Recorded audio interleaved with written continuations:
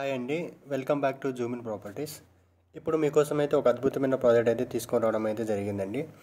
భోగారం నుంచి కేవలం 300 మీటర్స్ దూరంలో 100 ఫీట్ రోడ్కి ఆనుకొని ఆర్కే ఇన్ఫ్రా డెవలపర్స్ వాళ్ళైతే కేవలం 40 లక్షలకే 110 గజాలలో 800 SFTతో 2 BHK ఇండిపెండెంట్ హౌస్ అయితే కన్స్ట్రక్షన్ చేసి ఇస్తున్నారు.